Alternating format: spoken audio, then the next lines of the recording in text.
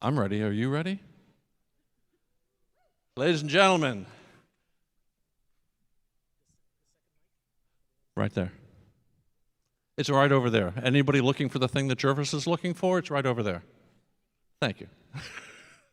Ladies and gentlemen, thank you so much for being here. My name is Rob Lloyd. I'm the Program Director for Game Design and Production and a faculty member of the Digital Media Department here at Drexel University. Welcome. Welcome to our 26th annual Showcase and Expo. Yeah, yeah. Whoa!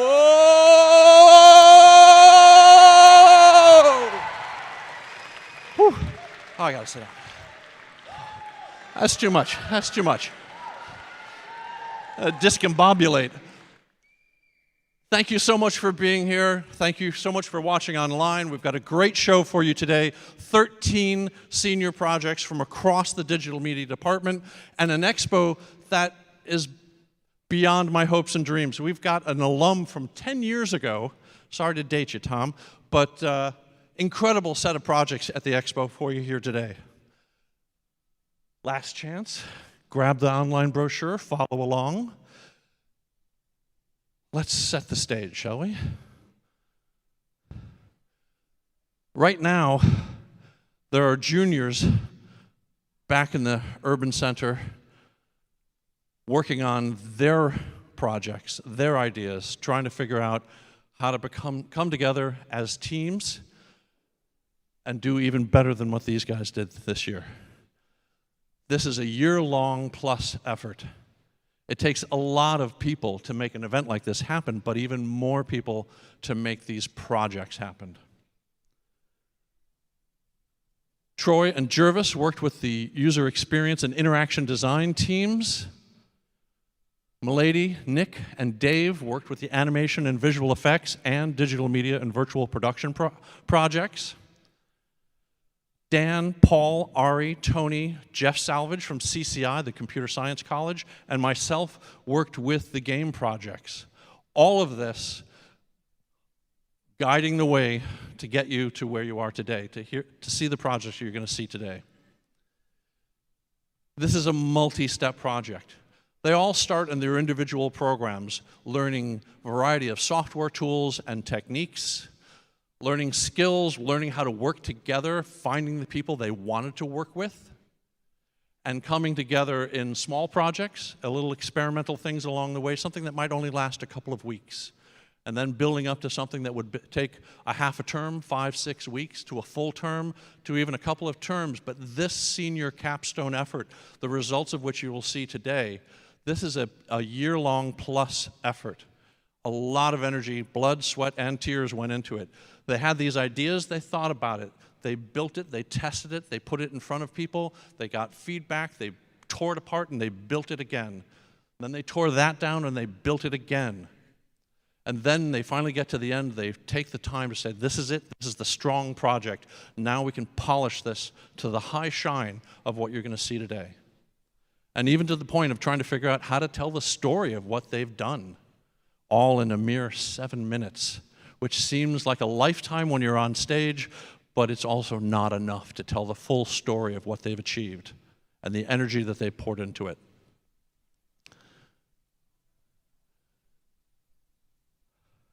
This is your last chance to grab that QR code that's floating above my head. This will give you the online brochure and let you follow along, see all the team, full team rosters. They're also going to be up in the boards in the corner. We're information overload here. That's digital media in a nutshell right there for you.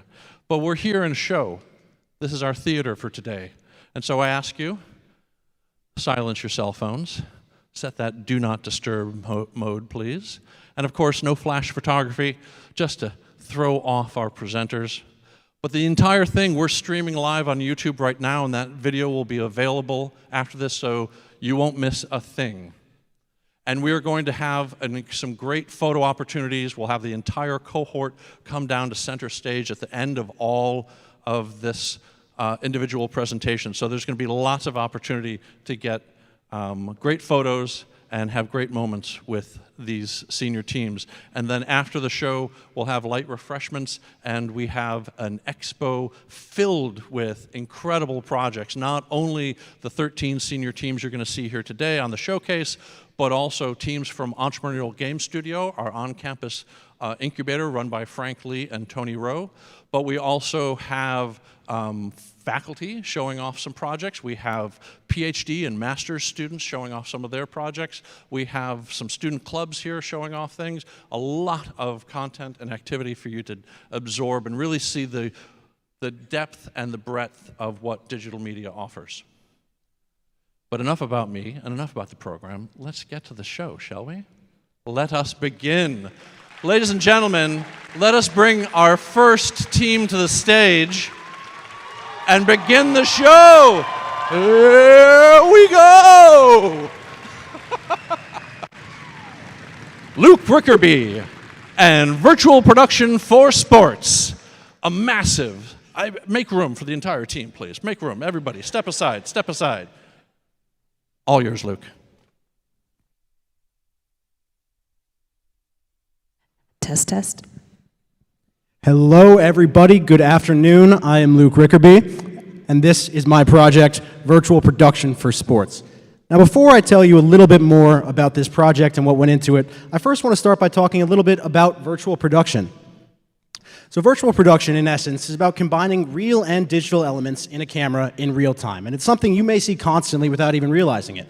Whether you're watching something like the CNN Extreme Weather Report, or an NFL or an NBA halftime show, where they often have these analysts surrounded by massive LED walls they're using to project graphics or extend the space into virtual environments. It's something that's become increasingly prevalent in the industry. So for this project, we said, let's do this at Drexel.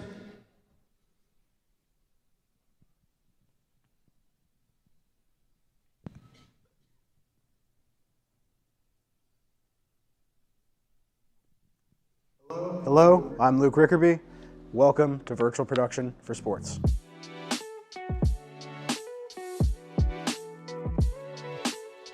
So, what is this project? Over the past 9 months, our team took on the challenge of building our very own halftime show here at Drexel, using all the awesome virtual production technology we have access to here in the studio. So I think a good place to start is to take a look behind the scenes at all the pieces of technology we used that had to come together to make a show like this possible. Hi, my name is Naija Singleton, and this is our main studio camera. So right here, the little spiky thing at the top is called our crown, which does all the camera motion tracking. And then the little box down here is our lens encoder that has all our lens setting and sends it straight to Unreal Engine. Hi, I'm Harang Kong, and this is our Vicom motion capture system. This lets the Unreal Engine know where the camera is for every single frame. Hi, this is Dheeraj Manta, and I'm right here at the Virtual Art Department station. This VAD is responsible for what's being shown on the LED wall, and it is connected through a shared network drive and through Unreal Engine switchboard. Hi, I'm Jessica Wong, and this right here is the Unreal scenes where we render all the foreground elements like the virtual desk, as well as any other area of the studio that's outside the wall. I'm Luke. I was responsible for one of the most unique aspects of our show, and that is our virtual set built in Unreal Engine. Everything you can see here was modeled in Unreal Engine with the exception of the desk there that was made in Maya. We have a couple different sections of our show. We have this main area here with our desk where we have our talent sitting behind the desk and the LED wall behind them. And then off to the left, we have our big screen where we can put up things like graphics or replay during our show, have our talent standing in front of it, speaking about it, and we accomplish that using NDI. Hi, my name's Anthony, and this is the insert graphics portion of the halftime show. So all the little lower thirds that come into the screen are controlled and made right here. Hi, I'm Kai Stiefel, and I worked on this season's intro animation, which was done entirely in Unreal Engine. Hey, my name is Radha, and this is our Blackmagic Atom constellations. This is where all the videos from all the cameras, all the graphics, and everything come together. Hi, I'm John Galonis, director of the Dragons TV halftime show. I coordinate crew call sheets and also ensure that we stay in our allotted time with the Drexel Athletics broadcast, while also maintaining that we get through each segment that we are required to, sponsored or not. So now that you have a bit more of an understanding and maybe even appreciation of the technology that needs to come together to make these halftime shows happen, let's take a look at what our finished show looked like.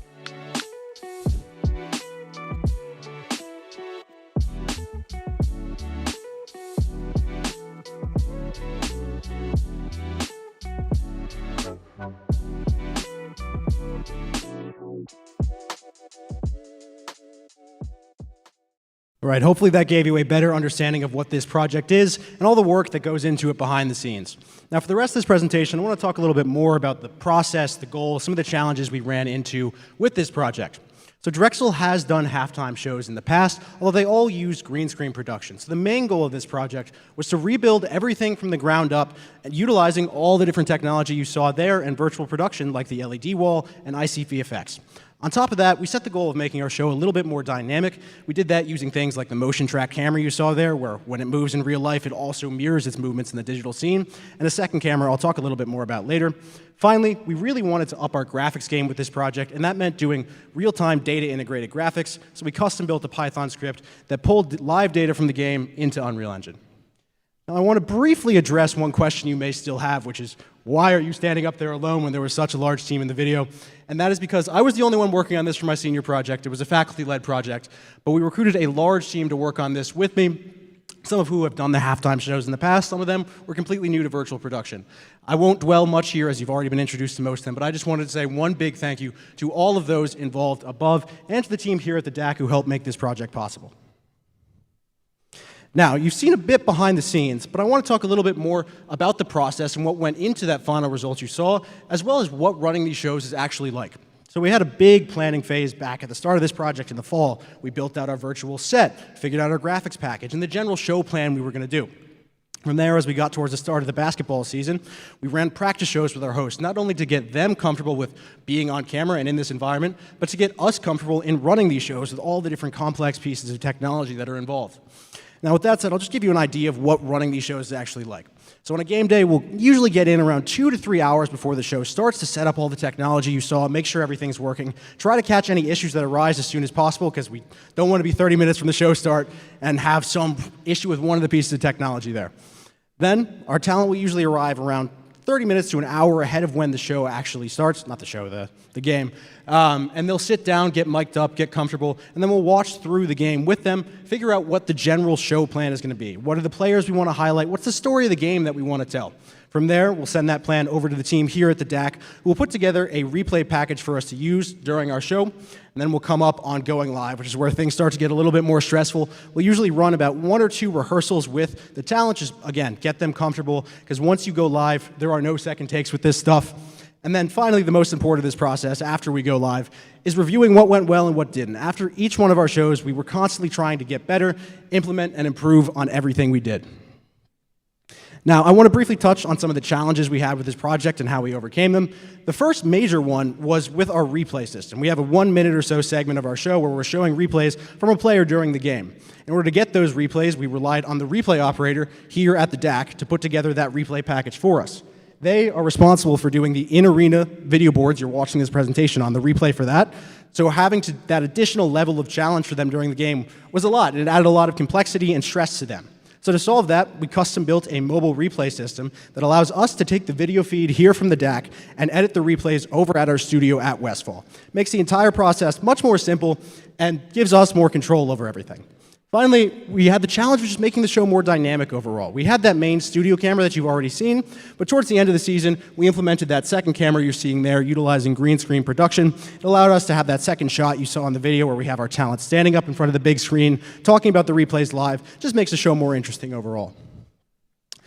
Now, I want to briefly touch on one of the stretch goals from our project outside of the halftime show, and that is the development of the Dragons TV podcast. What you're seeing here is an extension of the set that I built in Unreal Engine, and this was really just our chance to continue experimenting with virtual production and what's possible outside of that live constraint. You can do a lot more when you have this long-form type of content. It also serves as a pretty strong foundation for the future. The future, you may be a little bit confused. This is the senior showcase, this is the end. Well, for this project, it's not the end. Well, my time here at Drexel is done, and I'll be moving on to work in industry. A lot of the members of the team will be here for another 1, 2, 3 years and continue to work on this project. So what we've set over the past couple months just serves as a strong foundation for them to continue building on well into the future. Thank you all for your time, and I look forward to seeing what comes next. Ooh, sorry, I'm out of breath. Ooh.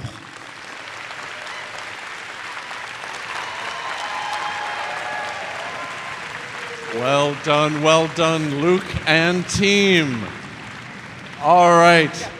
And I'm just going to leave Nick up there mopping the floor for just a moment longer. He's such a good serviceman. All right. Next up, from our game design and production program and the computer science program is Tall Horse and their project, Tandem.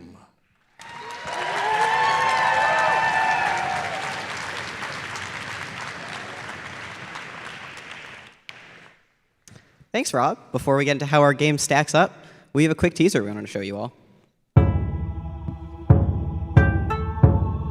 Dad always said that the jungle was really green and rainy, right? Nowhere to run. Samaso! Arza, help! Hold on tight. Make sure you stick the landing. Last warning. Light 'em up, sis. She that pushy.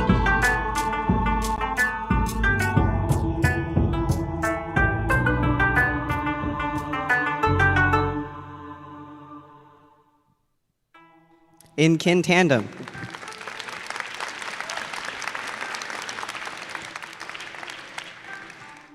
In Tandem, a new local co-op adventure, take on the role of a pair of feline siblings as they climb their way through a magic temple.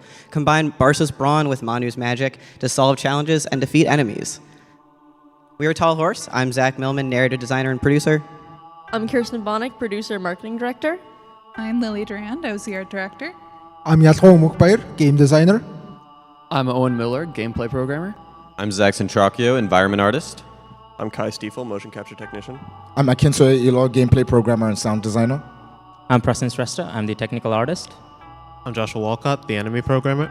I'm Fox Fleischman, the technical director. I'm Jake Stratton, I'm the design lead. I'm Ryan, I'm a programmer on the team. I'm Mackenzie, I'm a programmer on the team. I'm Minhal, I'm a programmer on the team. Audrico, part of the CCI team. I'm Adriana, a programmer on the team, and Cameron, who is not here. Searching for their missing father, our feline duo have tracked him from Central Asia to the jungles of Mesoamerica. There they discover a dastardly plot to chain the sun god and must work to free him, hoping the deity can guide their next steps. Tandem explores how two players must work together, side by side, to help Manu and Barsa, our protagonists, to reach their goal. The game focuses on asymmetrical gameplay, where each character has a unique skill set, allowing for dynamic interactions between the players, the characters, and the world they inhabit. The mechanic that was central to the game's design was actually allowing the players to come together. When Manu and Barsa are close enough, Manu can jump on Barsa's back, allowing him to be safe while casting spells. To further emphasize this co-op feel, we designed a camera system, the classic co-op system, where when the characters are together, the camera comes together, and when they split up, the camera split up. Finally, with all our design North Stars set, we were able to figure out our characters, a fighter and a wizard. Designing characters that were clearly connected but who still showed their individual strengths was a unique challenge. After many iterations and after drawing inspiration from the characters of Central Asia, we landed on our fantastic felines. The older sister, Barsa, is a powerful melee brawler. She can punch, charge, and hook to grab onto objects, enemies, and even Manu. She's a physical force in combat and while solving puzzles. Her younger brother is the rambunctious mage Manu. Using our spell glyph system, you can draw magic in the air and summon spells to solve puzzles and fight back. Later in the game, you can learn new spells and bring new ways to support your sister. Taking design cues from Mesoamerican wildlife, the cultists are dead set on bringing a halt to our duo's journey. The spell-slinging iguanas use their magic to attack players and defend their allies. The big bruisers, the snapping turtles, charge into combat with devastating punches. And finally, the monkey utilizes its wits and the arena itself in a climactic final fight. To bring our characters to life, we utilized motion capture, and then went in with a layer of hand animation to do things that humans can't do, such as swing a tail. To make our world feel believable and lived in, we wanted to add plenty of plants and details to make our game go from this to this. We also created a vine tool that automatically places vines across surfaces. This sped up production and made it easier to add environmental detail throughout the world. And with so many different rooms in our games, our trim sheets efficiently reuse textures and keeping consistency with our Mesoamerican inspiration. As for the art style of the game, we went for a organic, somehow geometric brushstroke looks. But how do we do it? Well, it first starts off with basic shapes and simple lighting, but then we bend the lighting to change and create the shapes. Then we color correct it with color schemes before adding in the details and more lovely details. Our world is filled with puzzles that feature asymmetric interactions to highlight the siblings' individual powers. For example, Manu's fireball can light up braziers to open gates or activate moving platforms, while Barsa's brawn can snuff them out to reverse the effect. Puzzles are also used to teach and explore new mechanics throughout the game. For example, the timed vessels that need to be activated all at the same time using Manu's magic missile spell. And much like the siblings, the temple's mechanisms also combine together, presenting new and unique challenges over the game. Deeper in the temple, you may encounter puzzle pieces that need to be hooked and repositioned by Barsa before being activated by Manu. We also created an easily adjustable event sequencer, which is able to control actions in the environment like slides in a presentation. It can control things such as environmental changes, camera cutscenes, and dialogue events. This creates memorable moments for our players, such as when completing the bathhouse puzzle, we pause the enemies, raise the water, and switch to a cinematic cutscene. We can also see in this sped up video it being used to control combat. We spawn multiple waves of enemies before opening a gate at the back of the room once they've all been defeated. The sounds of Tandem were designed to immerse the players deeper into the world. This includes feedback for combat and puzzles, character voices, and music, composed with elements inspired from Central America and Central Asia. Hey, be careful. The water here seems a bit deep for you. Let me help you up. We want to thank all of our advisors, Rob Lloyd, Tony A. Rowe, and Jeff Salvage for their support on this project. We also want to thank all other advisors, our GoFundMe donators, and our playtesters for their time and feedback. You can scan this QR code now to learn more about our game. You can also wishlist our game Tandem, published by Saphead on Steam, and you can play our game for yourself at our Expo.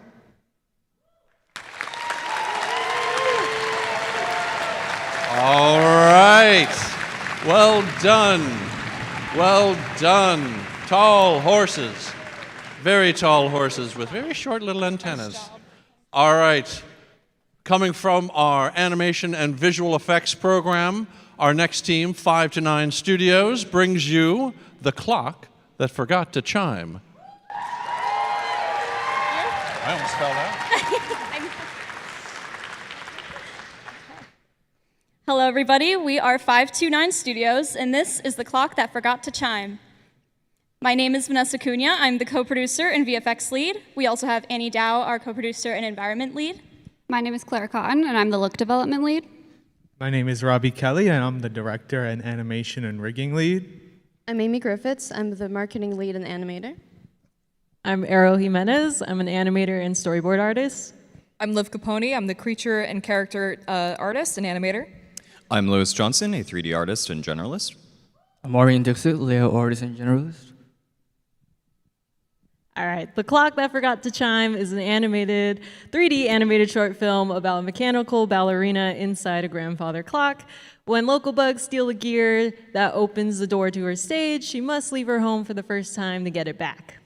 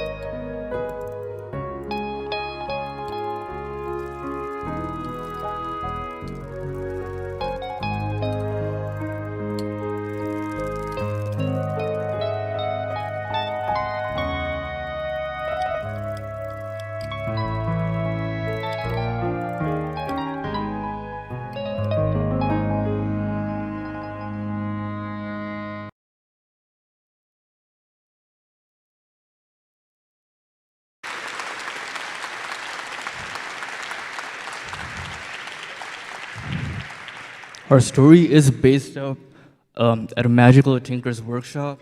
The tinker is a very busy person, so the workshop consists of a bunch of magical and practical elements. And the workshop was inspired by Art Nouveau and traditional Asian design, which is from our own team's inspiration, along with the art and media that we enjoy. And we see our workshop throughout different times of the day, so we utilized color and lighting guides that you can see on the side to bring us from a cool night into a nice warm day. These are some of the trinkets and artifacts that can be found throughout the workshop. Meant to replicate a painterly art style, they have large brush strokes and defined edges. To help expedite production and keep a consistent look, we created a template that all texture work was based off of. This is our clock where the dancer lives and performs. It was modeled after a real grandfather clock and utilizes a working rig system to control the internal gears, the hammers, and the pendulum. And this is our main character, the ballerina. She was modeled to replicate the build of a real ballerina and is textured as a mechanical robot with porcelain pieces. And as you saw in our short, although she is headstrong and determined to get her gear back, she is also graceful in her movements. Since our main character was a ballerina, that means we needed a lot of precise and fluid movements. We utilized Drexel's mocap studio to capture choreographed ballet movements for our dance sequences, as well as for our character model, we utilize a double ball jointed hip system to increase the range of motion and fluidity of the movements. The Tinkerer's Workshop is also home to a couple of magical bugs who are dead set on ending the ballerina's performance due to the disruption that it causes in their lives. As you can see, these magical aspects come from the pill bug's mossy back and the firefly's wing, leaf-shaped wing. Don't let their cute appearances fool you. The bugs are agile, territorial creatures who are protective of their home. The pill bugs can defensively roll up into a bowl utilizing our separate bowl rig. The fireflies can create beautiful cinematic lighting using their lantern backend. Additionally, for animation, both dogs and actual bugs were referenced for their actions and behaviors. And for our post-processing, we used Unreal Engine 5.6 for all of our rendering to cut down on traditional render speeds. Then we used Nuke to get our render passes out. And then lastly, we brought everything in with Adobe After Effects and Premiere to bring together our animation with our sound effects and motion graphics. And this project would not be possible with so many people here that you see on the screen, so a special thank you to everybody there, especially to our advisors, Milady, Dave, and Nick. And you can scan our QR code here to check us out on our social media, find out more about our project, and make sure you check us out at the Expo. We have free cookies and lots of merch. Thank you.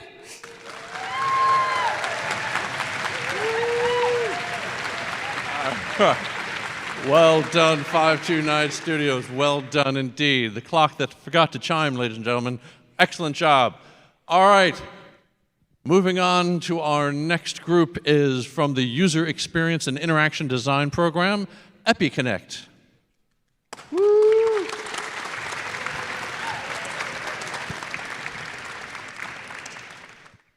Hello, we are EpiConnect. I'm Eli, I'm the project manager. I'm Kaylee, I'm the research lead.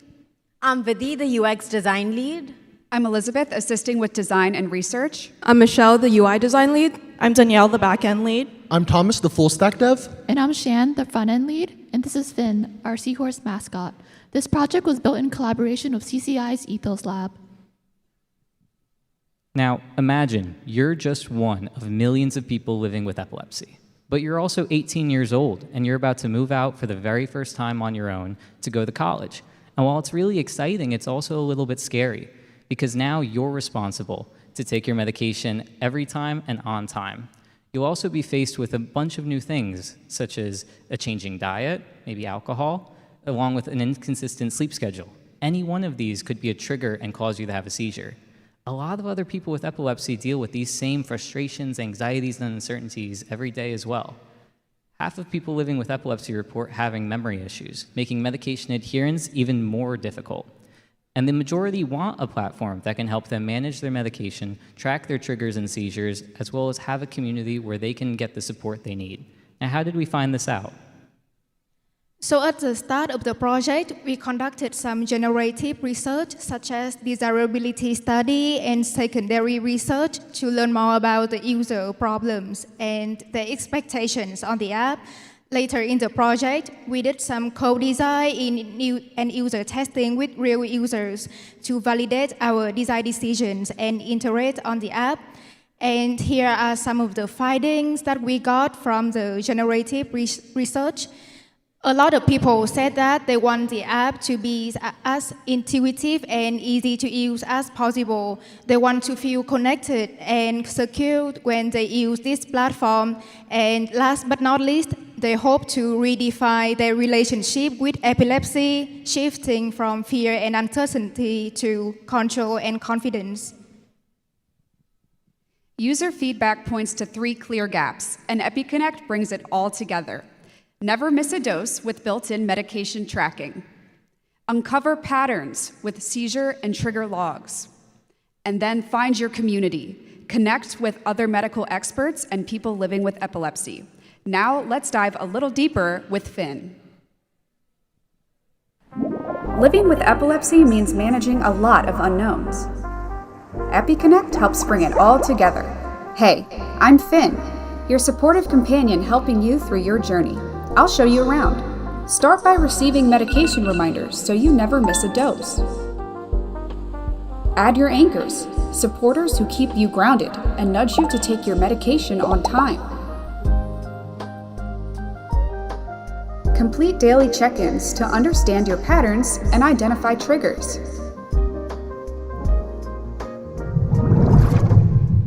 Hey, you just had a seizure, but don't worry, I'm here to support you. Logging your seizures helps turn uncertainty into understanding. And remember, you're not alone in this journey. Connect with others who understand. Your journey starts here. Manage, track, connect, all in one place with EpiConnect. So beyond what Finn said in the video, EpiConnect offers a variety of features designed to help its users, including a cohesive support system, trigger tracking, seizure logging, and expert advice. Today, we'll be highlighting 3 of our key features: medication management, data insights, and community-based forums. Afterwards, we encourage you guys to all stop by our table and explore our app further. EpiConnect makes medication management for epilepsy easier. Users can add medication, set the dosage, and also customize the frequency of their medication. Users can also set daily medication reminders to never miss another dose. They also receive notifications to refill their prescription before they run out. In addition to this, our unique features include tracking as needed or PNR medication, as well as nudges from your loved ones when you miss a dose. Health data from seizure logs, aura logs, daily check-in, and medication management are all pulled into the Insights tab to help users identify their epilepsy-related trends, discover hidden patterns, and also gain actionable insights. This data is also visualized in a calendar view, which helps users better understand the relationship between different health metrics. Our community feature is composed of 3 tabs: Feed, Groups, and Experts. Within the feed, users can view and contribute posts to engage with others within the community. In groups, they can join communities based on niche topics to connect with others who may have similar interests, experiences, or questions. Finally, in the Experts tab, users can submit questions that they may have, and verified epilepsy experts can offer their expertise. Diving into our tech stack, EpiConnect is an iOS app built with a React Native front end. During development, we used Expo Go to test and preview the app during real time. Our front end communicates with our Express.js and Node.js backend, which reads and writes data across our storage layers, including AWS and MongoDB. Everything is tied together so that when the user performs an action within our app, the backend seamlessly orchestrates all these services to bring information right back to the user's screen. Additionally, external APIs fetch data. These 2 APIs are integral to our process as both help streamline our medication and weather tracking processes. OpenMedio is able to accurately track local weather as well as air pressure, which is integral as both are possible triggers for seizures. Upon logging a trigger, both of these variables will be automatically logged in the background. OpenFDA has access to over 29,000 generic and brand name medications, allowing for a frictionless medication search. From researching and designing the app to building it out, our goal was to create something that could genuinely support people living with epilepsy. In the end, we conducted several usability testing sessions with people with epilepsy, and we found that nearly all of our users were satisfied with their experience and could successfully complete tasks using our features. Most importantly, 100% of our users stated that they would use EpiConnect to help manage their epilepsy. We'd like to thank our supporters, especially our advisor, Troy Finnemore, and our instructor, Paul Fan, for guiding us along the way, our classmates for their honest feedback, and to Jessica Medina and the Ethos Lab for collaborating with us from the very beginning. If you guys are interested in learning a little more about EpiConnect, please come by our table after the presentations. Thank you.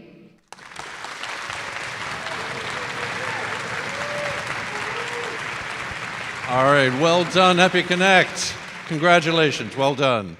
All right, next from the Game Design and Production Program and Computer Science, Ominous Orca Games brings you Memorium. Thank you.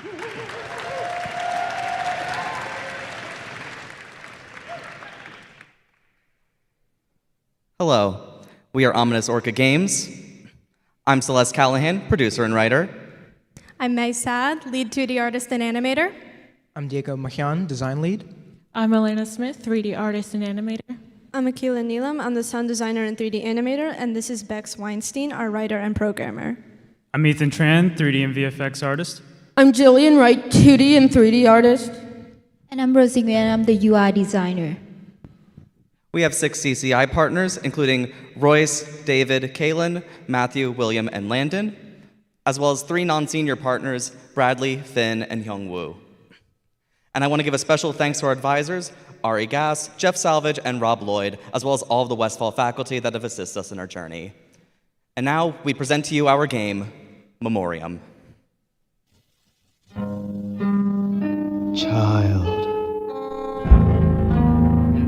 I'm on the other side. I have an important mission for you.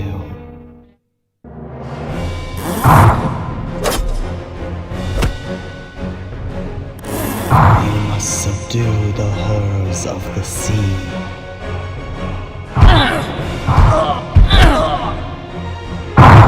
It is a perilous task. In exchange, I will restore your memories. Surely the reward is well worth the risk. Now go!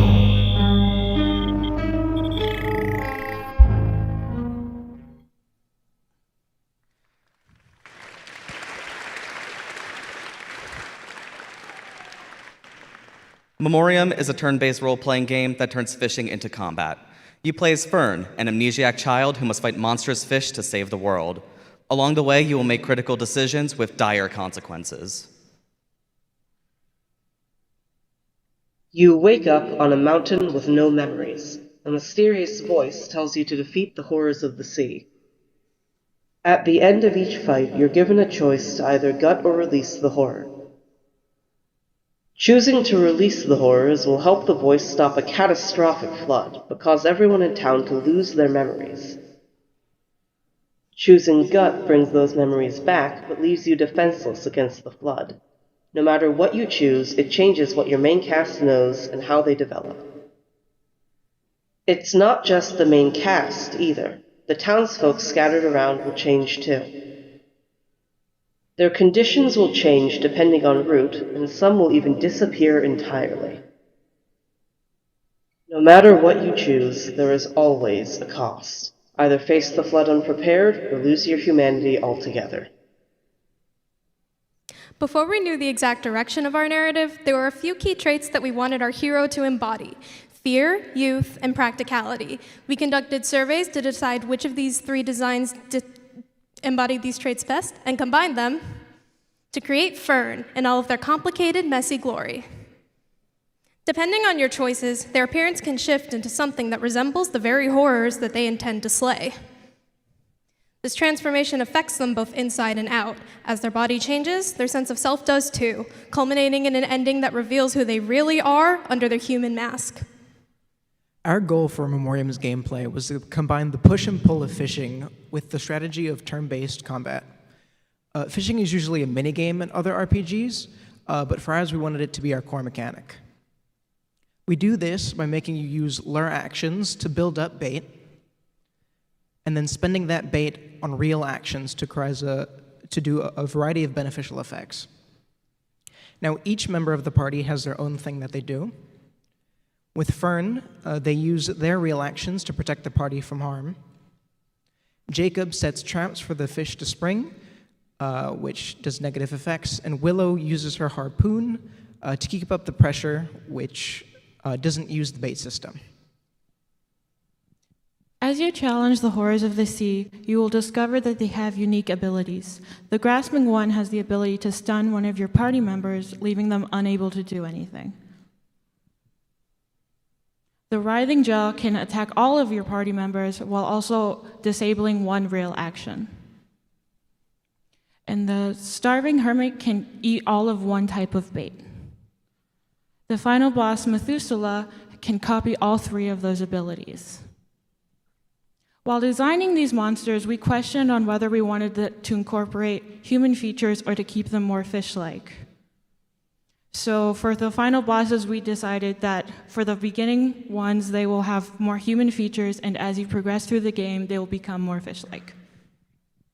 To bring the horrors to life, we broke the rules of realism by allowing their various limbs to contort in unnatural ways. The grasping one's fingers bend backwards as they flex them, and the starved hermit is constantly writhing its tentacles, eager to consume your bait. And if you think they look horrific, just imagine how they sound. The horrors are unnatural beings, so different people's screams were combined with a deep rumbling to remind you how they got their title. Your allies, on the other hand, they use more familiar sound effects, the kind that you would hear in any other kind of RPG. This balances out the creepiness of the horrors. For the environment, it has the same rumbling that the horrors of the deep would have to remind you of the incoming flood. The setting for our game is an island fishing town situated between the mountains and the sea. As such, we needed many unique environmental pieces to show the breadth of our whole world, as well as modular town pieces to build the homes which our residents would live in. In order for the 2D to meet the 3D closer, the 2D art style needed to emulate the 2D art style. The models need to be shaded flat, and the sprites need to be lit as if in a physical 3D space. To bring together the 2D and 3D styles, we used a mix of techniques for the set dressing. Objects like barrels, buckets, buoys, and planters were created in 3D to decorate the town, while the foliage was made in 2D. However, this didn't work so well with the palm trees, since they didn't look well in the world. To fix this, we mixed together 2D and 3D techniques to make the foliage feel more alive in the world. And to bring more movement to our world, we use VFX such as water, moving trees, clouds, god rays, and in combat stun, poison, and slash effects, for example. For UI design, we start off with using A/B testing and playtesting feedback to compare different visual layouts. And this early stage helped focusing on improving clarity, organization, and visual hierarchy.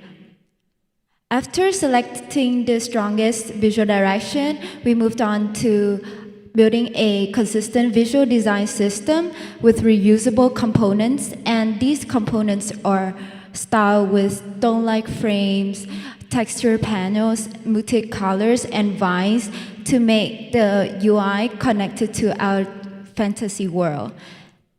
And in the high fidelity stage, we focus on refining the UIs through polish, fixing bugs, and animation details. Button feedbacks and combat animations help improving the game's experience and make the overall usability smoother for the users. We thank you for joining us for our presentation. If you want to try out Memorium, you can join us at our booth to play the demo or download it through our website. Happy fishing, everyone.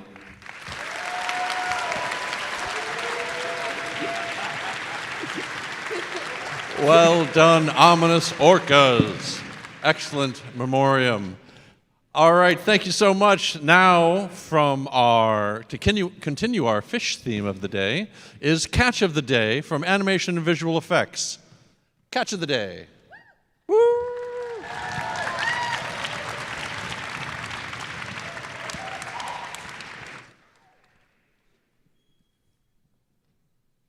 All right, welcome everybody. Hope you're having a wonderful day so far. My team and I would like to introduce to you our own little animated short, Catch of the Day. So, you're probably wondering, what's it all about? Well, let's go through the story. After a fruitless day of fishing at the tail end of the season, Oswin Opossum, our main character, begins to pack his things. But a large splash and rippling waves fill him with the determination to cast his rod one final time. Little does he know, however, what lies beneath the surface is prepared to make this catch one of the biggest fights of his life. So, without further ado, here is Catch of the Day.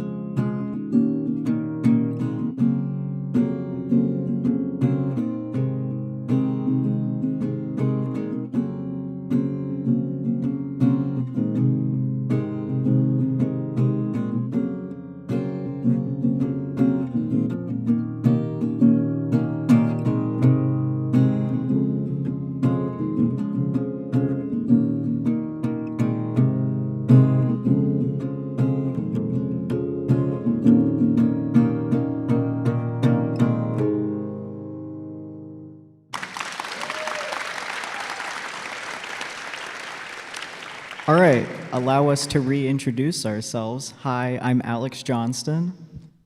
I'm Alice. I'm Noah. I'm Kyle. I'm Isabella. I'm Joseph. And joining us on this journey was our alumni assistant, Leo.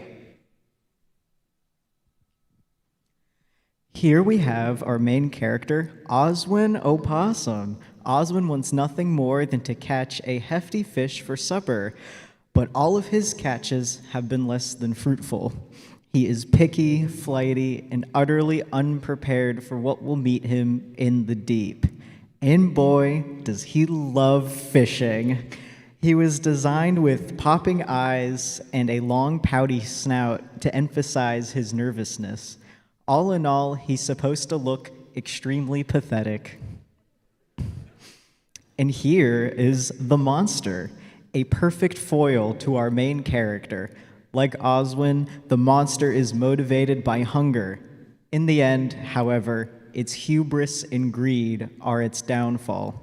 It was designed with multiple eyes and a serpentine body, which are features off-putting to many people. Its monstrous and threatening presence juxtaposes Oswin's puny figure. So here we have our environment. It's a lovely afternoon at the very end of summer, meaning our opossum friend doesn't have much time left before his fishing season comes to an end. The leaves on the trees have hints of reds, yellows, and blues to emulate this change. As for the lake itself, it's situated in the middle of the forest with a campsite at its center. It's a calm, fun place for people to rest and hang out, especially for fishermen ready to cook and catch their meals on site. This calmness gives way as we dive beneath the surface, however, as we're greeted with a rather claustrophobic underside to our more open scene under the water. Rocks and trash are thrown about, and plant life, and most definitely animal life, have grown incredibly slim. Such a giant monster hates to be cooped up in such a small lake, only adding to its existing irate nature. All in all, we intended to create completely contrasting environments, a wide open space for our good friend Oswin to enjoy his summer fun, and a small pond for our big fish. For our textures, we wanted something more unique and interesting than if we just did plain, cartoony, plasticky kind of textures. So what we ended up going with was a look that utilizes painted normals to have all our models catch the light in a more interesting, almost painterly fashion. To achieve the look we landed on, we took on a process of prototyping. These tests explored what visuals we could achieve with what the program was capable of. After we decided on the look you see today, we took to digitally painting everything in our project. So, to build on what we had, we wanted to create a pipeline where we could formulate fluid animations that complemented our desired style. And ultimately, we found that combining a multitude of different programs would not only be the most manageable, but also the most efficient. Whether it was modeling and animating in Maya, creating splash and fluid simulations in Blender, or adding the eyes to Oswin's character in post-production in Nuke, creative decisions were made in regards to the software that we used in order to further our visual style and convey our silly little story in an effective manner where every beat hits. With all that said and done, make sure to follow us on our socials. We are on X, Instagram, and have links to all our team members' websites on Linktree. We thank you for your time, and we hope to see you at our booth.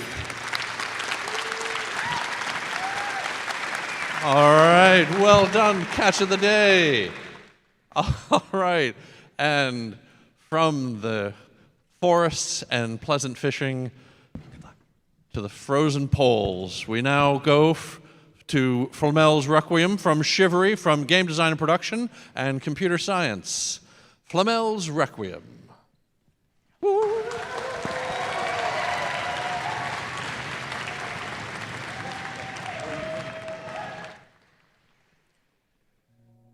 Good afternoon. We are very proud to present our game, Flamel's Requiem, a game in which you investigate the true nature of dangerous power and the cost of reclaiming it. We are Shivery and will soon be published on Steam by Saphead Studios. My name is Chris Bowles. I'm a narrative designer and producer. My name is Cooper Gordon. I'm the audio lead and programmer. My name is Patrick Dorman. I'm the creative director and technical artist. My name is Phoebe Ray Sharp. I'm the art lead and character technical artist. My name is Daniel Veras. I'm level design and user experience. My name is Joshua Garcia, user experience and level designer. My name is Devin Morrison. I'm the environment and prop artist. My name is David Estes. I'm the VFX and technical artist. My name is Maya Garcia. I'm our character artist and 2D artist. And I'm Roman Babi, the 3D prop and creature artist. My name is Dylan Ugel. I'm a sound designer and composer. My name is Dio Daniel, and I'm a sound designer and composer.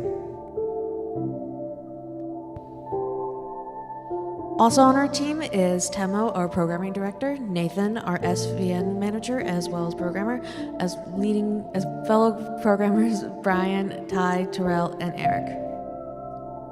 And now that we met everyone, let's check out our trailer and take a first look at our game. Dearest Henry, I understand that you may be upset with us for leaving without you for our voyage to the fabled Antarctic continent, but I have left you with your father's old lantern and grimoire to assist you in our encampment.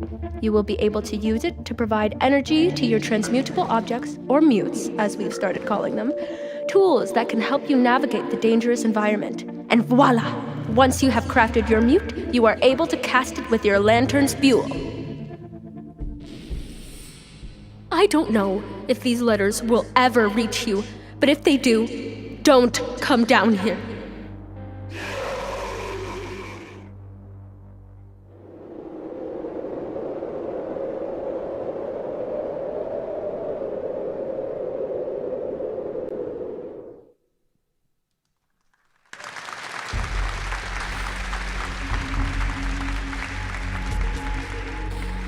Our early ideas for our game were focusing on the isolating experience of being in Antarctica. Throughout the game, you'll uncover secrets about your family. Our initial approach to the monster and crafting mechanic were great. However, we discovered that it was rougher around the edges when we did our first set of playtests. We learned that both mechanics conflict with each other greatly when in close proximity of each other, and to have both present in our game, we needed to space them out. So we had to find the right balance between the two to give players moments of both. Thus, experimentation and tension had to be bridged with exploration. When it comes to exploration, we wanted to have the flexibility for our designs. Because of this, we created tools to help streamline the creations of our environments. These tools allowed us to quickly test placements, adjusting the location, position, scale, and overall look. With these tools, we were able to quickly create the complex cave environments and fill them up with rocks, icicles, and a variety of other objects. This gave us a blueprint for the experience that we really wanted, an experience that balances these game goals. We aim to invoke the feeling of discovery with the storyline and environment, allow the player to experiment with alchemy, and break the security of alchemy with the tension. After outlining our goals, we set to alter our designs to better fit our vision. You play as Henry Flamel, a terminally ill explorer who followed his missing parents to an abandoned base in Antarctica. Throughout the game, you'll uncover letters from your mother who left breadcrumbs of information to spearhead your journey for answers. Your path to closure is impeded by our monster, the homunculus, a creature birthed from your parents' forbidden experiments.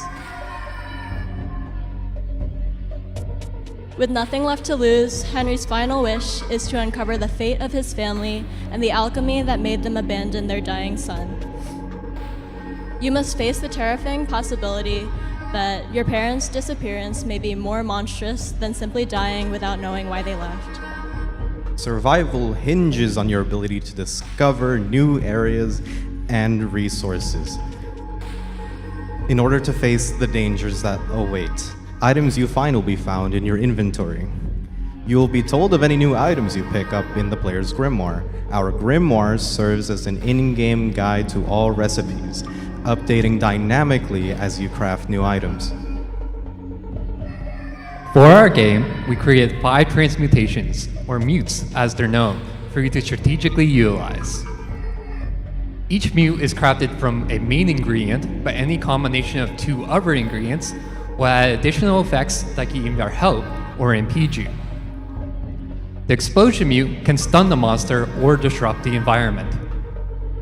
Totem acts as a decoy, giving you room to slip by the monster. A well-placed trap can temporarily snare the monster. Using a tonic gives you buffs like healing or increasing your run speed. And Key unlocks any sealed doors. Since mutes are mainly obtained through crafting, we developed a robust crafting system to provide clear success and failure feedback, ensuring the player always understands what's happening. You must sacrifice valuable ingredients to replenish your lantern's light, forcing you to choose between illuminating your path or preparing for threats. The fuel indicates your light's intensity, which depletes as you use your alchemy. Your lantern serves as both your guide to discovery and your lifeline. Our monster is brought to life through motion capture. The movements are human and realistic, yet also disconcerting, almost as if the monster doesn't feel at home in its own body. The tension in Flamel's Requiem is maintained by the monster's unique intelligence and ability to sense the player. The monster is always listening and can track down the player's general location. If the monster gets sights on you, it will enter an aggressive pursuit. If it spots you, your chances of survival are grim. But this is where your alchemy comes into play. Henry is able to use the mutes he has crafted to fend off the monster. For example, here, the player is able to set down a trap to snare the monster for a narrow escape. With careful planning and strategy, Henry is able to use alchemy to transform the monster's pursuit into an intense game of cat and mouse.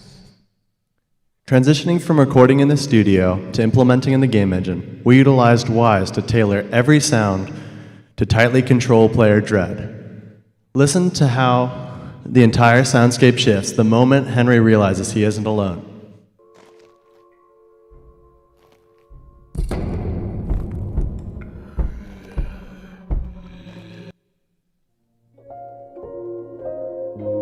All this accumulates in a game where you craft, cast, and uncover the truth before the darkness claims you. We want to give a huge thank you to our advisors for guiding us throughout this project. That would be Rob, Dan, Jeff, and Ryan. We'd also like to thank our voice actors, narrative assistants, our play testers, our fellow classmates, and external partners for their support and invaluable feedback. We want to encourage everyone to check out our booth and see Flamel's Requiem, and also look for us on our Steam page soon. Thank you very much for listening. Now go play our game. All right, well done, Shivery. Well done indeed. Oh, trained you. All right, excellent job. Well done. Very shivery. Our next team comes to you from User Experience and Interaction Design. It is Loam. Loam.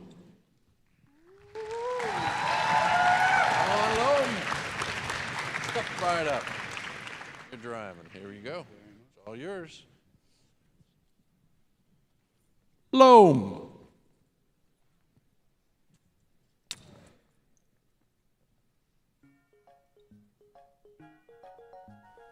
Paul loves his phone. Maybe a little too much. He finds himself scrolling way longer than intended, giving attention to things he doesn't care about, on apps designed to keep him there. forever. Then, his friend noticed. Hey man, it's been a while. Where have you been? Sorry, I got home and I can't stop scrolling.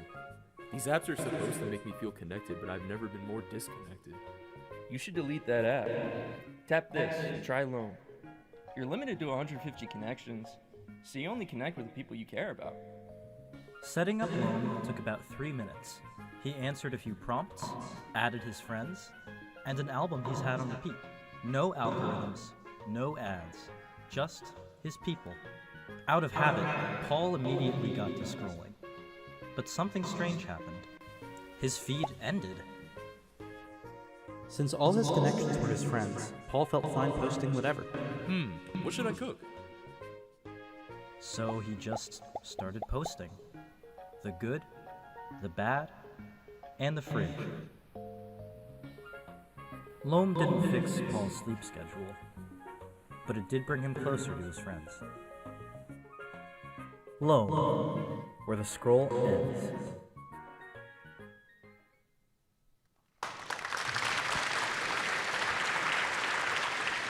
Hello, we are Loam. I'm Max, the project manager. I'm Ella, the lead developer. I'm Cam, lead UI and product designer. I'm Enoch, the UI and branding designer. I'm Dom, the lead UX designer. I'm Gavin, the UX researcher. And I'm Joe, the UX designer. Just by a show of hands, who here feels like they spend too much time on social media? It's a pretty good number. As a team, we all feel like we struggle with the time we spend on these platforms.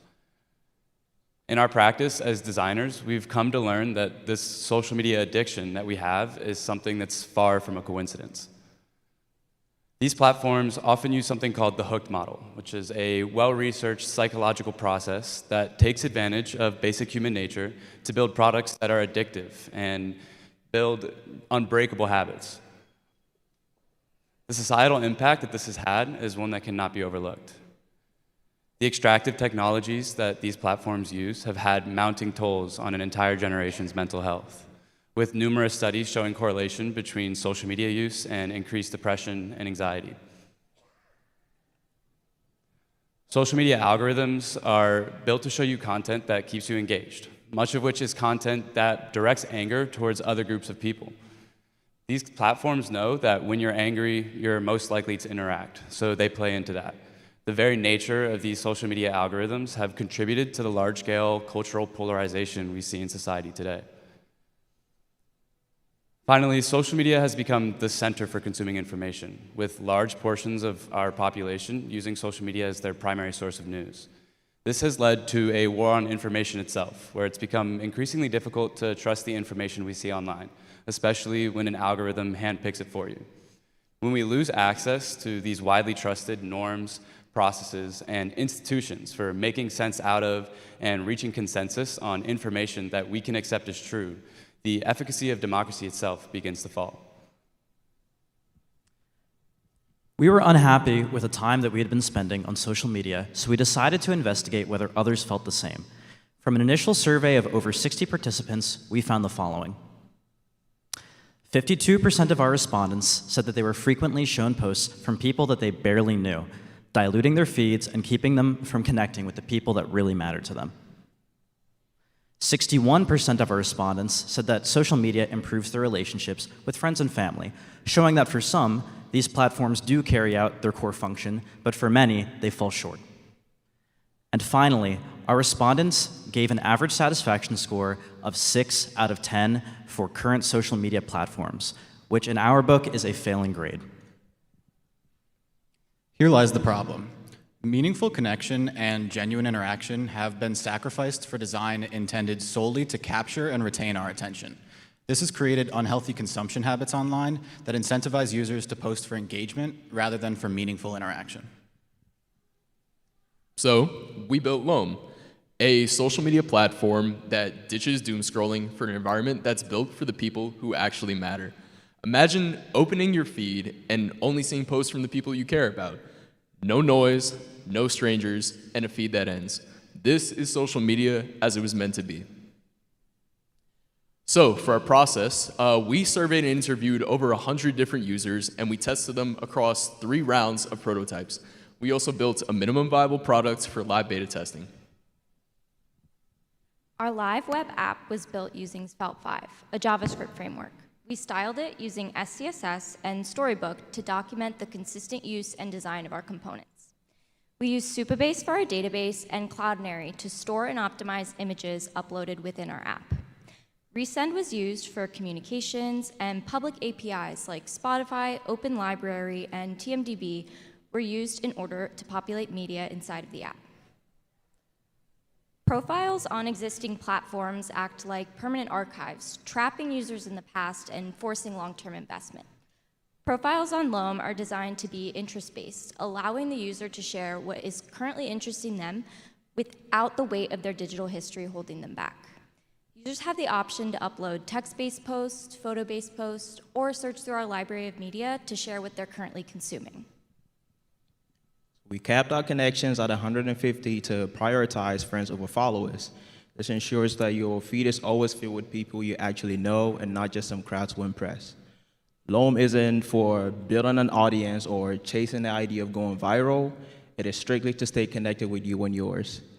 The number follows the Dunbar's number, which is a research-backed cognitive limit of approximately 150 individuals with whom a person can maintain meaningful, stable social relationships with. Loam is metric-free. Metrics like views, likes, and follower counts force us to think about how our posts are going to perform online rather than what actually matters, which is what do I want to post and who do I want to share it with. That's why we're dedicated to creating a completely metric-free environment designed for genuine interaction, not performative posting. Current social media algorithms are designed to hijack your focus, showing you posts based on what keeps you scrolling. We don't want your attention. We want your people to have it. With Loam, your feed shows posts from those you are connected with and algorithm-free. Simply, the most recently posts gonna be at the top and the oldest at the bottom. No manipulation, just connection. We design and build NFC-fitted carabiner to let you connect with others in the real world. User can connect their profile into the carabiner, so when others tap it with their phone, they can connect on the spot. We want connection to be as intentional as possible. Use your carabiner to make connection where it already exists, in person. Based on results from our minimum viable product testing, we found the following. 100% of our respondents said that they felt comfortable being authentic on Loam, showing that our designs cultivate real self-expression. 100% of our respondents said that Loam improves their relationships with friends and family. Loam is a place to stay connected with the people that really matter. And finally, our respondents gave a 9 out of 10 average satisfaction score on Loam, which in our books is an A. Please come by our table after the show, sign up for Loam, and grab a free carabiner. And thank you guys so much for listening.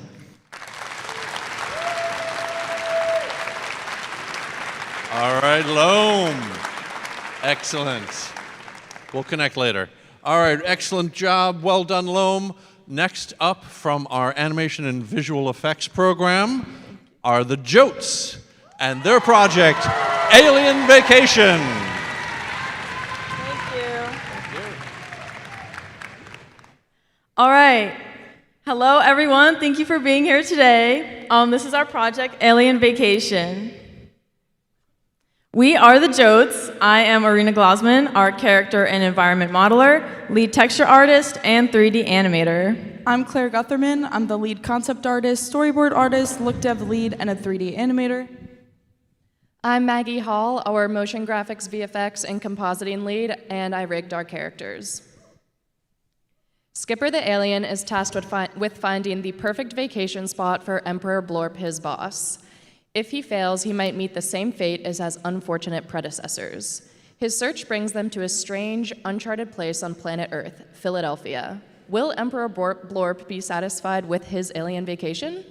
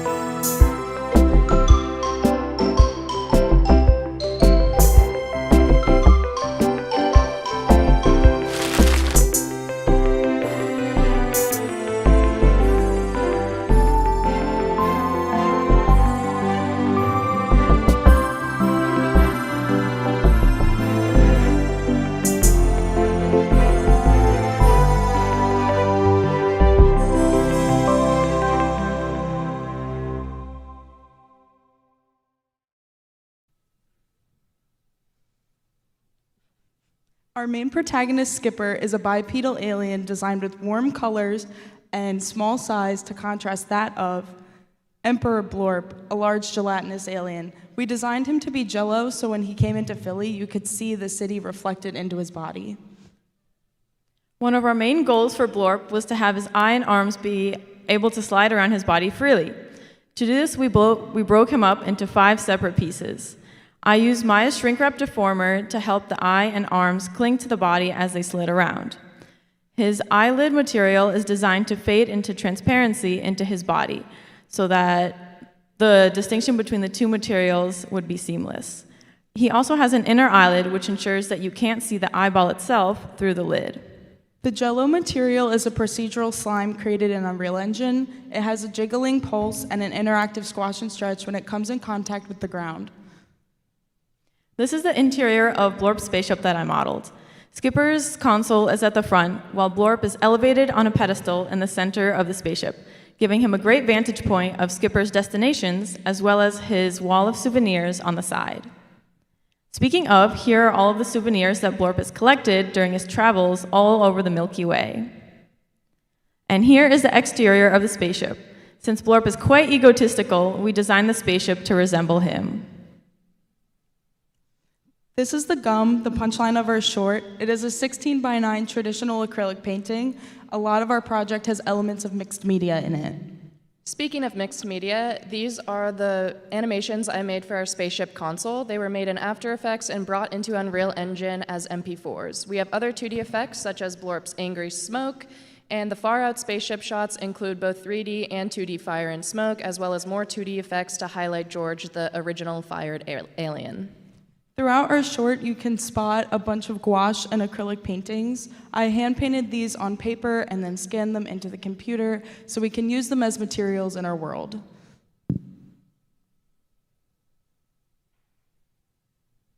We took real-life footage of Philadelphia to use as our backplates, and to get correct reflections of the landmarks to show up in Blorp, we took HDRIs, which we used in Unreal Engine for lighting. For compositing, I had to properly resize and place both Skipper and Blorp and their shadows, as well as do a good amount of rotoscoping for Blorp's props. All of the footage had to be 2D tracked, and of course there was a lot of color correction to be done as Blorp and Skipper were lit in vastly different ways. Here are a few stills of the end credits, which I created all in After Effects. The goal of these was to highlight all of the hard work we had done, as well as to continue the punchline of our short. Thank you all so much for listening to us and watching our short. Please come check out our booth later where you can get your very own Alien Vacation postcard. All right, well done. Truly JOATS, truly JOATS. All right, excellent, well done JOATS. Next up from Game Design and Production and Computer Science, Silver and Flame bring you Krovna. Come on, Silver and Flame. Woo. Who is driving? Oh, you're the driver. I give you the 10. Silver and Flame. Woo. Hello, we're Silver and Flame presenting Krovna. Here's our trailers.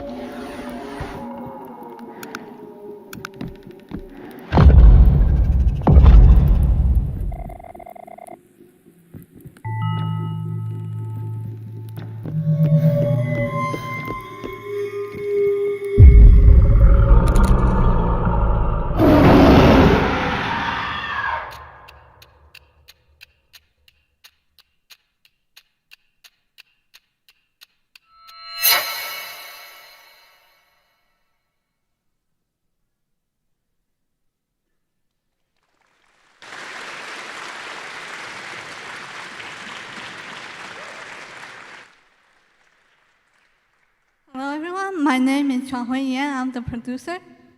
My name is John Guilfoyle. I'm the art lead. My name is Kamila Akhmedova, and I'm creative director.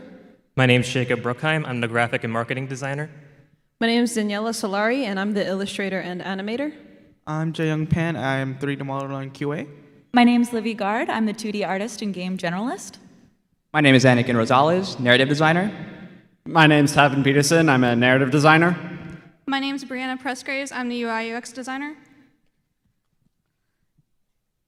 Huge shout out to our CCI partners, Chase, Jay, Nam, Jack, and Daniel. Krovna is a narratively driven interactive horror game following Lika Teminova, who was mysteriously summoned to her ancestral house, which has been overtaken by a dark curse. You must uncover her family secret and free her bloodline from the insidious curse before it's too late. Krovna's branding reflects its folk horror roots, feeling old, eerie, and damaged without sacrificing readability. Each piece does a distinct job while still making it feel like one project.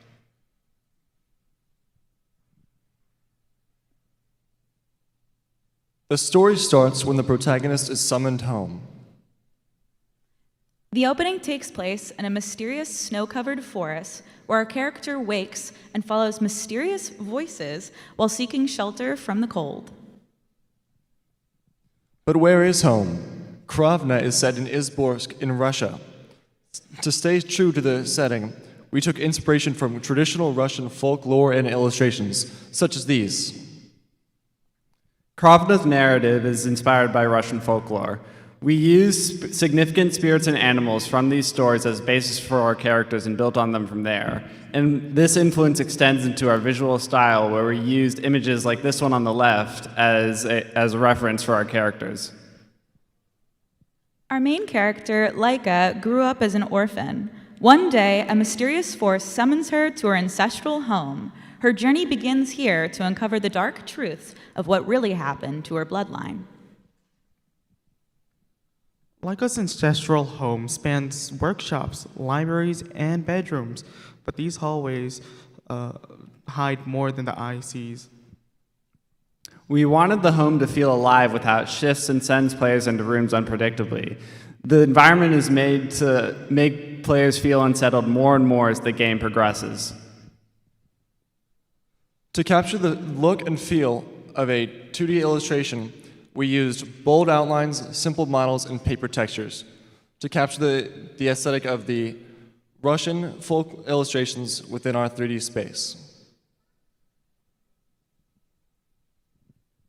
Within these dark halls, Lika will uncover the dark secrets behind her family's past, as well as the curse that binds them here. Fortunately for Lika, she's not alone. Guiding her through her journey is a mysterious unknown spirit that will explain to Lika the dark phenomenon that swirls around the house. Between the conversations that they exchange, it will reveal more about Lika's terrible curse that is placed upon her family, as well as the mysterious events that occurred in the house many years ago.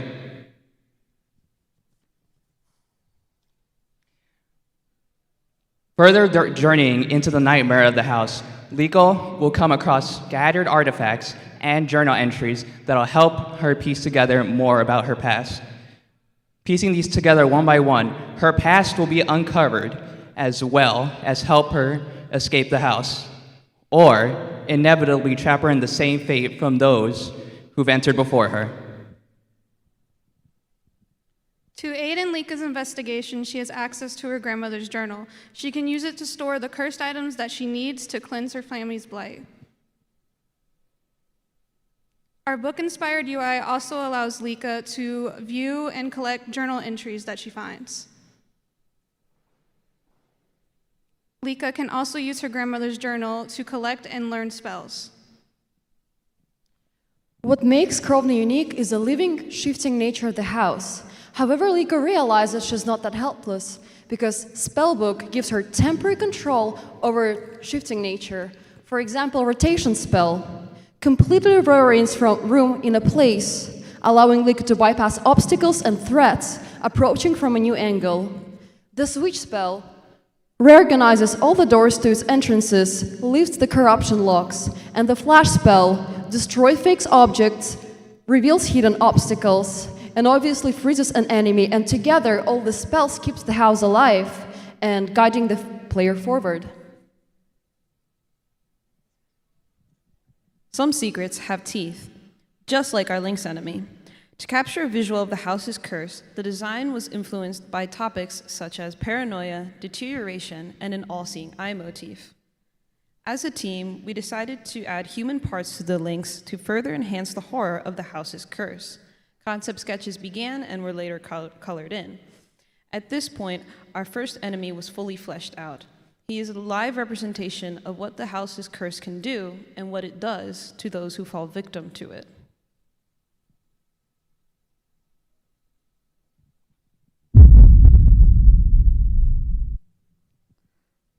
The more time Lika spends in the house, the more corruption shows. Flesh and gore seep into the walls, revealing that the house is both alive and sinister. Huge thank you to everyone who supported us on the way, the playtesters and family members. Special thank you to our advisor, Paul, who has been supporting us and pushing us to always do more, and Rob for keeping us on track. And feel free to scan our QR codes or visit our station to uncover Lika's family secret.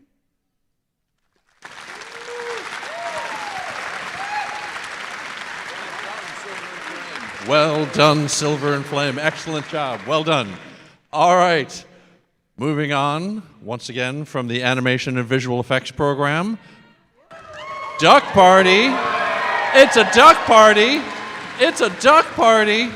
And their film, Starfall.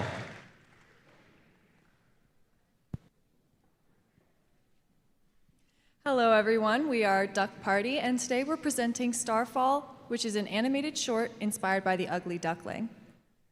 My name is Morgan Equi, and I am a character animator, a colorist, and the graphic designer for our project.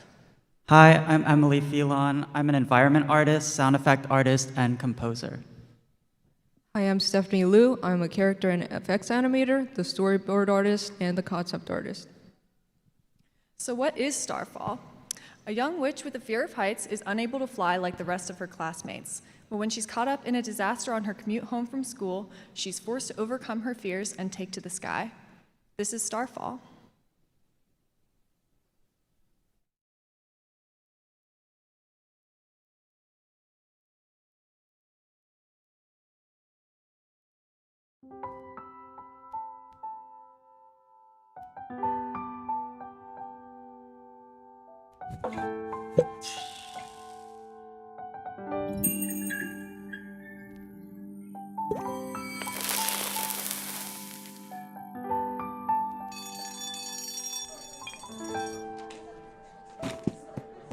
Hey Luna, want to watch the star storm with us at the observatory? Don't embarrass her, you know she's afraid to fly.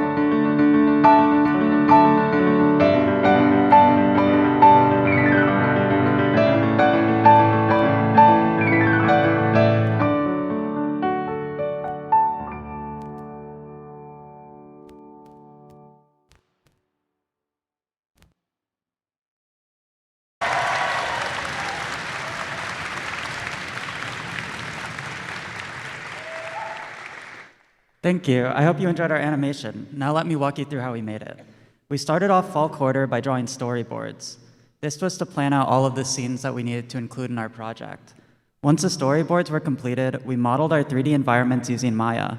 We used 3D backgrounds because we see the same rooms from many different angles, so having a 3D model saved us a lot of time, so we didn't need to paint the same room over and over again. We then rendered out the images of all of our shots with a custom shader that we made using the Arnold render engine. These images then went into Photoshop, where we did some extra color correction and drew in our 2D background plates.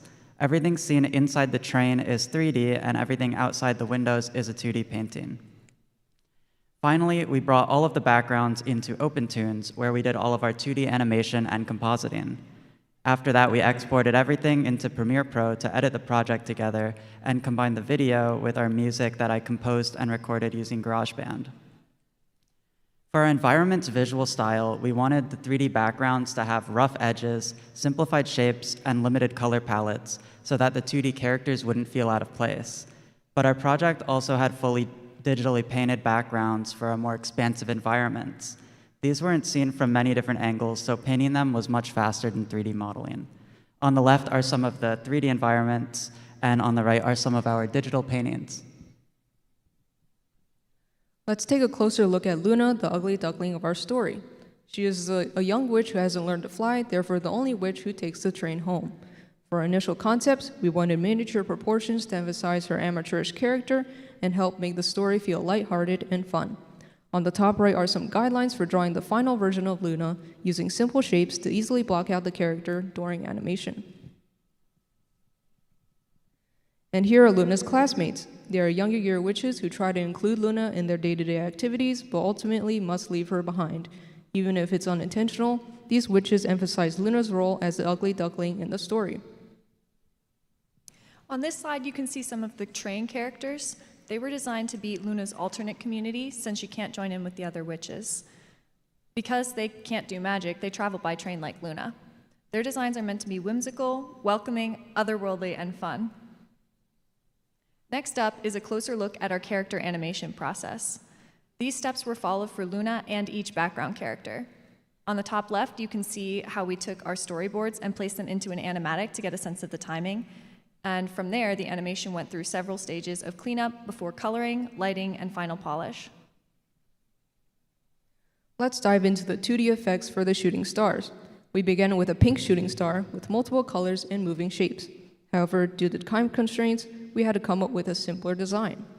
After playing with OpenTunes effects nodes, we came up with a spear-like design that looks both delicate and dangerous. On the right is a bit of the behind the scenes for drawing the stars. Instead of manually drawing every little detail, we only need to draw one layer of animation, duplicate it, and apply effects to each of them. This saves us a lot of time, as we only need a single brush and color to draw the stars thanks to this setup. Next, we have Luna's magic. We needed something that resembled a shield while keeping it fun and cute, so we went with bubbles with pink and orange accents. And that is it for Starfall. We hope our animation gave you a little bit of joy. Please come to our booth to get some free stickers, pins, and other merch. And we thank you for listening.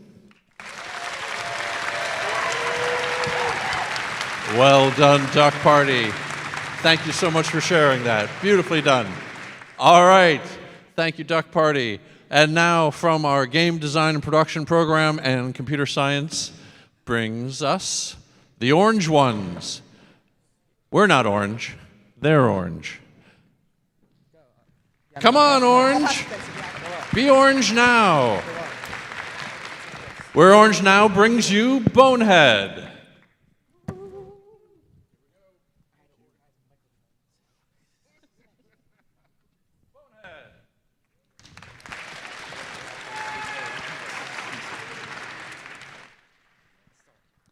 Greetings, everyone. We're Orange Now, and this is our project Bonehead. Before we get into anything else, let's kick things off by showing you our trailer.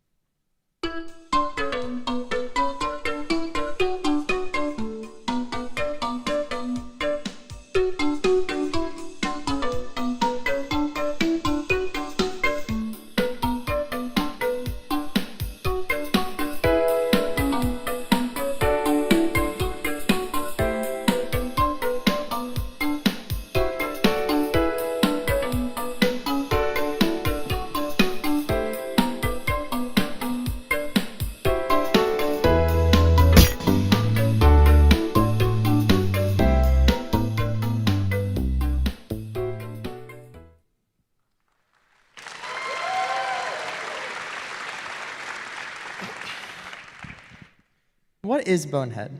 Bonehead is a 3D platformer where you play as Bonehead the skeleton, who uses his bone-based moveset to interact with the world in order to restore his lost memories. Hi everyone, I'm Lily Volpe, I'm the producer. I'm Vincent Mason, the creative director. I'm George Nami, a level designer. I'm Bashira Bint Abuyaya, one of the 2D artists. I'm August Pettibon, I'm one of the 3D artists as well as the narrative lead. I'm Nate Griegel, I'm the 2D art lead. I'm Will Lead, the level design lead. I'm Ben Muller, I'm the audio specialist. I'm Ian Layett, the CCI lead. And I'm Declan Frawley, the lead mechanics developer. And while the rest of our CCI team couldn't be here today, we couldn't have done it without the assistance of An, Samantha, Jihao, and Sean. Before development could begin in full, we needed to nail down the design of Bonehead in order to create the world around him. Through some visual experiments, we ultimately landed on a more cartoonish aesthetic based on 90s and early 2000s games and cartoons. Through this, we were able to establish a spooky atmosphere while also allowing us to have recognizable yet lighthearted designs. The next logical step from the concepting stage was making those ideas a reality. Through the modeling of various assets, rigging them, texturing them, and bringing them into Unity's animator pipeline, we managed to ensure a cleaner implementation of our game-ready assets. Of course, this was just the fundamental backbone of the project. From the outset, it was important to us that we had fun with all the goofy things that a skeleton could get up to, including possessing objects as a head and throwing bones to clear blockages. None of these mechanics could have ever been fully realized, though, without the proper design elements to bring them to the surface. We included a litany of fun and silly mechanics to enhance the gameplay of Bonehead.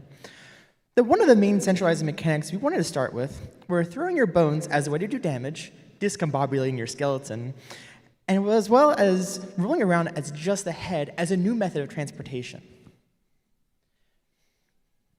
Possessing enemies using your head was one of our first major additions, as possessing a bat, for example, allows you to fly at the cost of some of your bones. We also included bone fragments scattered around the world that, when collected, heal your throwable bones. You can then take these fragments to the exchange with the arms dealer, who, as the name implies, sells you throwable bones, as well as gives you 2 upgrades. These upgrades being the spider and dog mode. The spider mode allows you to climb up walls and ceilings, whereas the dog mode improves your movement abilities dramatically. And our final major mechanic is the bone pile checkpoints. These areas serve as checkpoints where Bonehead will respawn when he dies, as well as a constant resource of healing bones when needed. If you end up as just a head and really need your legs, a bone pile will lend you a hand, as well as some legs too.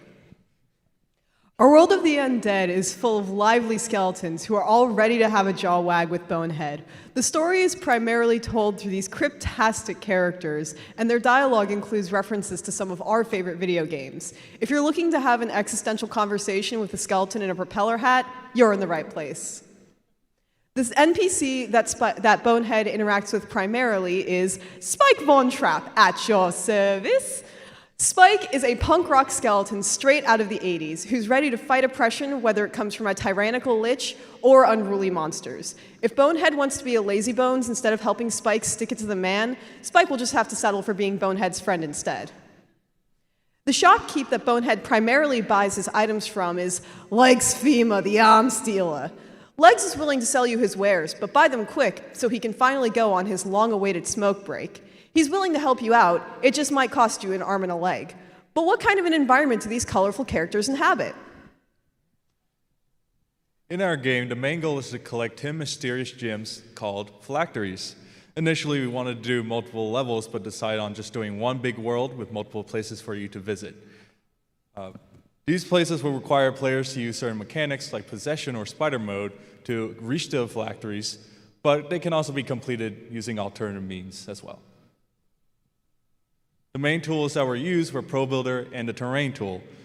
ProBuilder is great for prototyping and it allows us to create spaces exactly how we want them. And the Terrain tool made it easy for us to create landscapes with the ability to sculpt the ground, place foliage in mass, or just paint textures on the ground.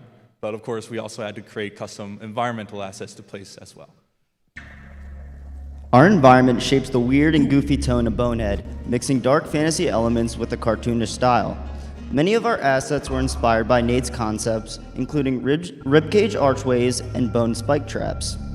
We wanted every location to feel like its own adventure, so we made memorable landmarks such as the castle, the town area, caves, and other challenge areas scattered around the map. Purple ambient lighting, glowing crystals, and torches allows for eerie effects while still staying readable, not to fall in the lava. We wanted the hazards to fit the goofy style of Bonehead, so when players fall into the lava, their bones bobble to the surface. Bonehead's soundtrack adds yet another layer of immersion to our game's world, featuring a mix of upbeat, lighthearted tracks, as well as some slower tracks that are grander in scale. Our soundtrack was inspired by classic fantasy music with a hint of haunted carnival theming. We use instruments such as organs, strings, horns, vocals, and percussion to achieve this vision. The final soundtrack features 7 unique tracks, as well as some shorter musical loops for cutscenes and in-game events. And that is Bonehead. You can play our game by scanning this QR code or checking out our Expo table. We're orange now, and thank you for listening. Woo! Stay here for a second. Well done, extremely well done. Bonehead, by the way, I'm keeping them on stage for a moment, and their CCI team, you have to imagine another 6 people standing here. Out of a field of, I think, 6 games, you guys took first place in the CCI Computing College final contest, first place for all the games of the entire cohort, and out of almost 4 dozen computer science projects, they took 3rd place overall in the entire college. Another round of applause for Bonehead, and they are orange now. All right, excellent, well done. Congratulations. Now get off my stage. All right, here we go. Well done. All right, this brings us to our final and, of course, the main event. The main event brought to you by Cutting Edge.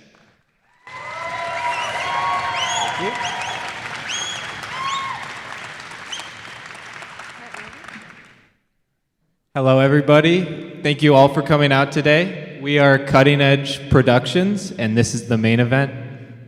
Let's meet the team. I'm Cameron Tao. I'm the lead character animator and story lead. I'm Yasmina Seveni. I'm the character animator and 2D art specialist. I'm Mosadi Pearson. I'm the texture art and the simulation artist. I'm Nikita Puranik. I'm the art visualizer and concept artist. I'm AJ Luce. I'm the technical director and VFX lead. Our film is a stylized, music-driven, animated short set in an illegal underground robot boxing ring. It follows Pax, a discarded medical robot built to heal, who is forced into a fight he was never meant to survive. Opposite him is Atrox, a brutal combat machine designed for destruction. The story is told entirely through action, rhythm, and visuals, with no dialogue. It's backed by the song Hurt by 1-800-PAIN, and at its core, it explores what happens when something designed to protect is pushed to its breaking point. Without further ado, our film.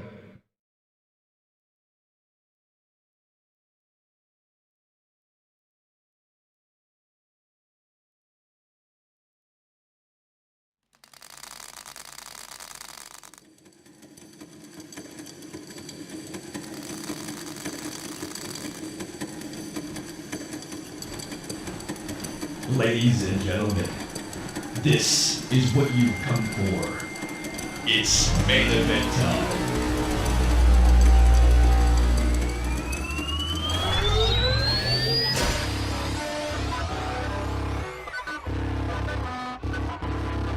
I can see your heart through your shirt. Paper from an angle like a month. Cut, clock in. It's time to go to work. I'm about to bring the pain and I'm trying to make it hurt. I'm pissed off and I wanna start swinging. I'm running faster and I saw my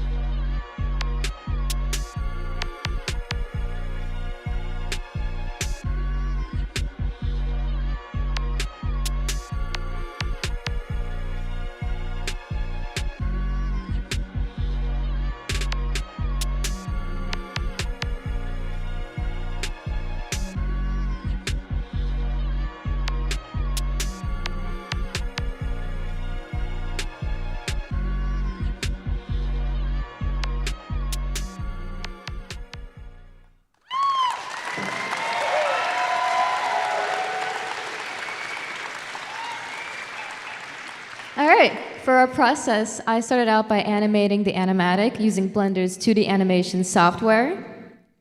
And continuing in Blender, we went with animating the 3D scene using the models and rigs we made. This is where it all began. Meet our protagonist, Pax. At first, they started like a classic robot, a lot more action figure-esque, but after a redesign, they became a lot rounder, softer, more friendly, which reflects their origin as a medical assistance robot that works directly with people, often children. All right, from the very beginning, we knew we wanted to have a stylized effect, drawing from comic books and anime. That process first started with Masadi, who went for a very abstract look with a lot of painted normals to affect the lighting in interesting ways. I then combined that with my natural bent towards more realistic views, and combining that with Yasmina's sculpt, which had some really nice high poly dents into it. And we got the look that you can see there on the right. For a color palette, he primarily consists of cool, calming blues with a warm yellow as an accent color. He has a medical logo on the center of his chest and a myriad of worn and torn stickers gifted to him by the children he used to tend to before he was thrown out. Now let's take a look at our antagonist, Aatrox. We tried to create a very scrappy design for him, which helps showcase that he consists of scraps from the robots he defeated during his time in the arena. This helps to repair him, but also serves to make him more powerful. All right, for Aatrox, we used a very similar process for creating the materials. However, one thing we wanted to get across is that he is clearly made of other parts. This is not how he was designed to be originally. So for that, we looked at a lot of junkyard cars with their painted metal and a lot of worn-off colors. We also went through an extensive process of rigging all of the pistons and wires so that in any given scene, you can see that there's motion going on inside of him. And for his color palette, our color theory was that we wanted to show that scrapped feel to him with a multitude of different colors. And we also wanted to maintain a warm color palette to contrast best with Pax. For the impact frames, I took a lot of inspiration from different animes and shows, and I use a 2D animation program called Krita to paint all of them. All right, my main task for this project was the compositing side of things. So as you can see with that first wipe, that was what came out of the box with just the natural colors that we added. Of course, then we then go through with arena lighting to add a lot of dynamic look to the whole thing. However, we quickly discovered that was far too dark than we'd originally liked, so we went through and boosted it with color correction in post. Then my favorite part of the process, which is adding a whole ton of lens flares.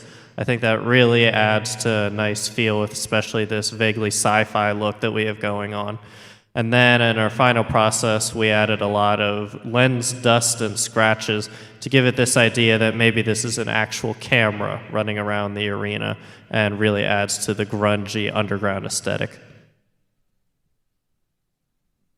This is our underground robot fighting arena, where Pax must fight for his life and his freedom. A lot of the materials that didn't make it into the final Pax or Aatrox designs ended up getting used here. And we also put a lot of time in developing the procedural simulated crowd with all of the individual members and animations. You know, you can't have a main event without a crowd.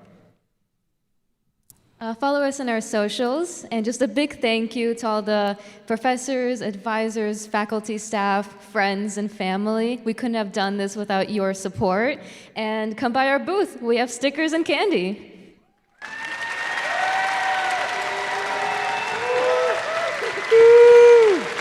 All right, cutting edge. And how about you, crowd? It's the crowd for the main event. All right. Extremely well done. All right. I'm going to bring them all out in just a moment, but this is it. This was the end. There's 13 amazing projects. I want to give another great big hand to the class of 2026 as they come down onto the stage. Ladies and gentlemen, the class of 2026. Come on down.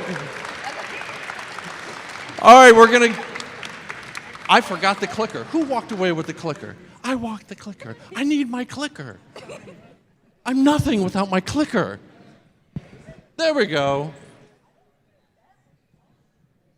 All right, let's get everybody down here, all 13 teams. Whoever's got the other mic, turn it off. Yeah, let's turn those off. No, they're not. Yeah, now they're off. 13 projects, 4 major programs, computer science. Where are my music industry people? Where are my music industry people? Let's see some hands from the music industry people here. We've got composers and sound effects and soundscape. We've got the entire mix. All right, we practiced this, right? Front row's got to take a knee, man. Take a knee for the team. All right, ladies and gentlemen, I'm going to do a big picture here, and we've got our crew up there to get a good shot. But I present to you one more time the class of 2026.